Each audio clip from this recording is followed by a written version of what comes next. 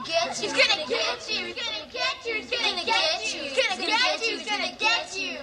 The boogeyman is coming. In the late 1970s, director John Carpenter and producer Irwin Yablans had the ingenious idea to make a slasher flick called Halloween, and then release it on Halloween weekend. I thought, what if we made a film in one night?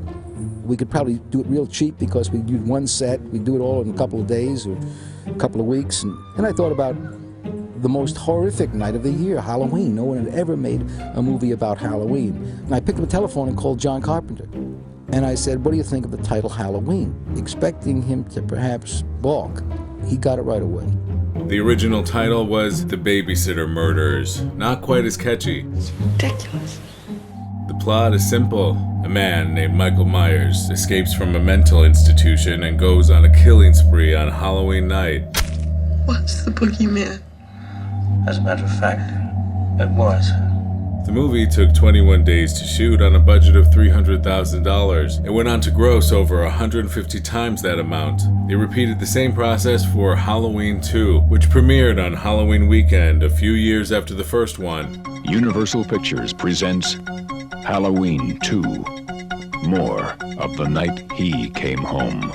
Although not as much of a smash, it was still insanely profitable. Filmmaker Sean Cunningham took careful notes. At the time, he was best known for producing Last House on the Left, and after a few subsequent flops, he was in desperate need of a hit. He hired screenwriter Victor Miller to create a horror movie that closely followed the format of Halloween. We're all afraid of the same things. We're all born afraid of death, of loss of loved ones, loss of abandonment from our parents, pain, injury. All of it is the same. We're all afraid of the same things, which makes a movie that deals in our fears universal. Every teenager deals, I think, with the fear of untimely death. And it usually shows up sometime in high school when there is a kid who gets on a motorcycle and runs into a tree, or there's a car accident or something, and suddenly, you know, the entire high school almost shuts down because we operate in high school with a sense of invulnerability. All bad things happen to them, but never to us. And when we get faced with that I call it the fear of untimely death, it's very distressing. The first draft was called Long Night at Camp Blood, but Cunningham had a different title in mind, Easter.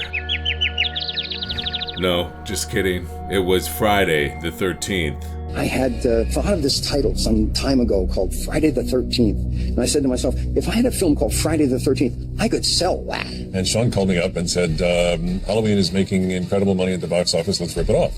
That is keeping it real. He felt the title alone could attract investors. So in July 1979, Cunningham took out a full-page ad in Variety, calling his as-of-yet unproduced project the most terrifying film ever made. The striking image of the logo breaking through glass would go on to become iconic. The publicity stunt worked. Georgetown Productions stepped in, and by September 1979, filming was underway with Cunningham as both producer and director. Halloween was swapped for Friday the 13th, fall for summer, and babysitters for camp counselors. The longest part of the process of creating the first Friday the 13th was figuring out the venue. So I had to find some territory that was adult-free so that these kids would be on their own and we could pick them off one by one. Halloween night. A small American town. 15 years ago. Let's go upstairs. Okay. Like its predecessor, the movie opens in the past with a terrifying incident. Somebody will see. Then, in the present time, good-looking young people are killed off one by one, leaving a lone survivor to tell the tale. But rather than a faceless stalker, the killer remains off-screen until the finale. Oh, hi. What are you doing out in this mess?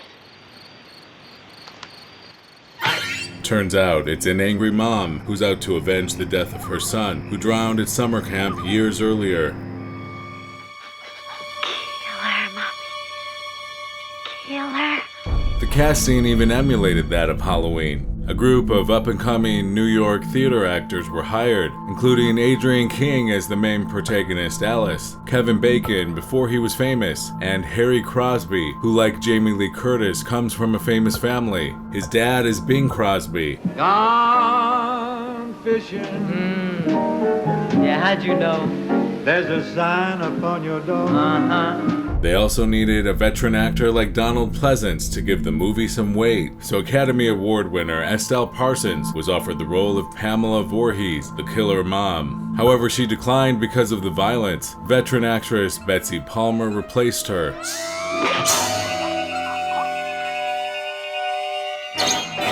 Palmer starred in such movies as Mr. Roberts and Queen Bee in Hollywood's golden age, and admitted to saying yes to the part strictly for the money. "If I hadn't needed a car, I don't think I would have done Friday the 13th, she later said.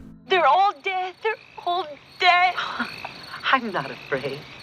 The original Halloween ends on an unsettling note that suggests Michael Myers is still on the loose, opening the door for a sequel. Friday the 13th sticks to the formula, but ups the ante with a jump scare inspired by Carrie, another horror classic that was extremely profitable at the box office. Alice peacefully floats in a canoe after surviving the horrific events of the previous night. All of a sudden, a ghoulish-looking boy ascends from the lake and pulls her underwater. It's the first sighting of Jason Voorhees, Pamela's tragic son and future serial killer.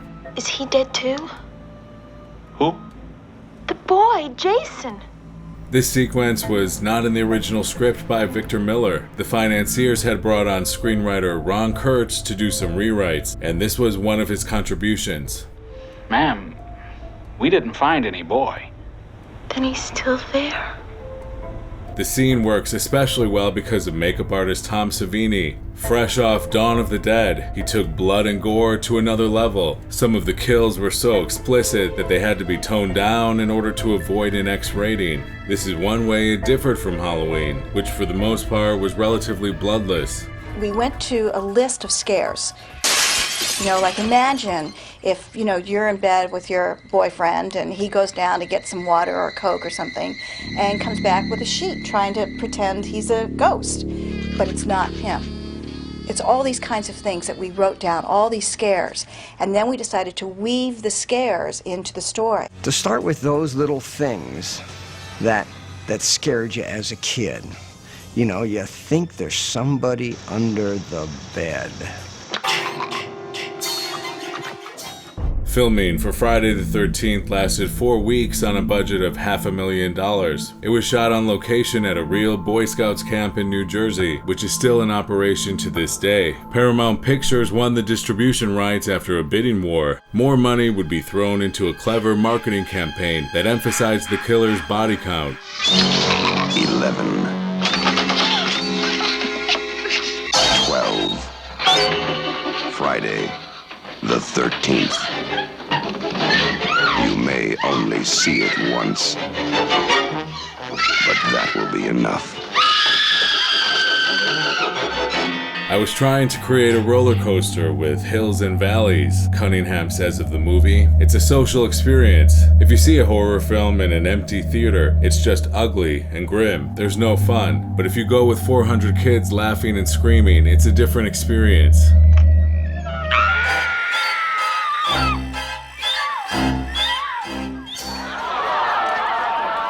Hey, how'd they do that? Friday the 13th finally opened on May 9th, 1980, and slashed the competition. It earned just under $6 million, securing the top spot at the box office, and already well surpassing its initial production and marketing costs. This was due to good word of mouth. This place is cursed. Cursed. It would go on to earn $40 million domestically and another $20 million overseas. As a side note, in Hispanic culture, it's Tuesday the 13th that's considered bad luck. So in Spanish-speaking countries, it was released as Martes 13. Es el camino de la muerte. 1981 saw the arrival of both Friday the 13th Part 2 and Halloween 2. These sequels are similar in that they amped up the gore and for some reason feature scenes where a character gets a hammer to the head. Both movies made a lot of money, and 2 franchises were born, as well as the slasher genre. By this point, dead teenagers and final girls had become well-known tropes. Weekends are a good time to escape to the woods. Unless the weekend begins with Friday the 13th. And the mythology grew deeper. I don't want to scare anyone, but I'm going to give it to you straight about Jason. His body was never recovered from the lake after he drowned. And if you listen to the old-timers in town, they'll tell you he's still out there. Some sort of demented creature. Stalking. Jason becomes the killer in part 2, but it isn't until part 3 when he gets his iconic hockey mask. As a fun gimmick, the movie was released in 3D in select theaters. It's an awesome experience if you ever get the chance to see it on the big screen. Friday the 13th, part 3 in 3D. A new dimension in terror. Part 3 also marks the first entry in the series to actually premiere on Friday the 13th. It was bad luck for E.T., which got knocked down to the number 2 spot that weekend. 13 is an unlucky number. But out here, so are 1 through 12. Because these are Jason's woods. And nobody leaves them alive. The only other installments to take advantage of the Friday the 13th release date were the final chapter, New Blood, Jason Goes to Hell, and the 2009 reboot. At the time, it earned a record high for a horror remake, and for the franchise itself. I think that you're going to have people that are going to see this new version as the first Friday the 13th they ever saw. And this will hopefully, set a new level of quality so that the franchise can continue forward. But surprisingly, there hasn't been another Friday the 13th movie ever since. Jason's reign of terror is over. Friday, April 13th, is Jason's unlucky day. This is due to a long legal dispute between director Sean Cunningham and screenwriter Victor Miller as to who actually owns the copyright to the series. In 2021, a judge ruled that Miller has the rights to the original script, while Cunningham has the rights to the sequels. Entertainment lawyer Larry Zerner calls the situation complicated. He's actually a former actor who appeared in Part 3, famously giving Jason the hockey mask. On Twitter, Zerner wrote, "Can Victor and Sean just each make their own separate movies? Not really, because Victor only owns US rights, and only to the first script, and Sean owns adult hockey mask wearing Jason, but can't legally use him in a movie without Victor's permission." Complicated indeed. Their partnership seems unlikely, as Miller hates the sequels because of what they did to Jason. Quote, "I still believe that the best part of my screenplay was the fact that a mother figure was the serial killer, working from a horribly twisted desire to avenge the senseless death of her son. Jason was dead from the very beginning. He was a victim, not a villain. But I took motherhood and turned it on its head, and I think that was great fun."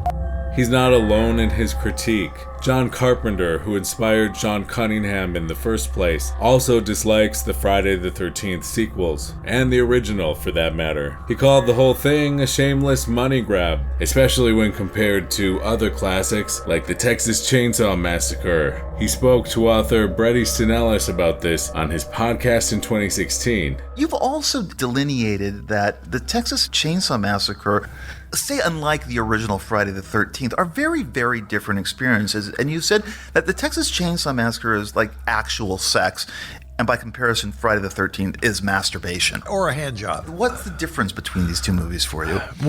One springs from an organic idea and has a truly artist's eye working it. And Friday the 13th, I feel, it affects me as very cynical. It's very cynical movie making, and it just doesn't rise above its cheapness. I think the reason that all these slasher movies came in the 80s was a lot of folks said, look at that Halloween movie. It was made for peanuts, and look at the money it's made. We can make money like that. That's what the teenagers want to see. So they just started making them, cranking them out. And most of them were awful. To be fair, he also trashed Halloween 2, a movie he co-wrote. I think Halloween 2 is an abomination and a horrible movie. I was really disappointed in it. And but I don't think the director has gone on and done some other films. I think his career is launched now. But I don't think he had a feel for the material. I think that's the problem. He didn't have a feeling for what was going on. And that is vital. Oh, yeah. Halloween has been rebooted twice in recent years. Perhaps it's time for Friday the 13th. Blumhouse is interested, fans are ready, and until then, Jason is down there, waiting. So are you a fan of the Friday the 13th franchise, or is it simply a cheap Halloween knockoff? Let us know in the comments. Thanks for watching. If you enjoyed this video, please like and subscribe, and we'll see you on the next one.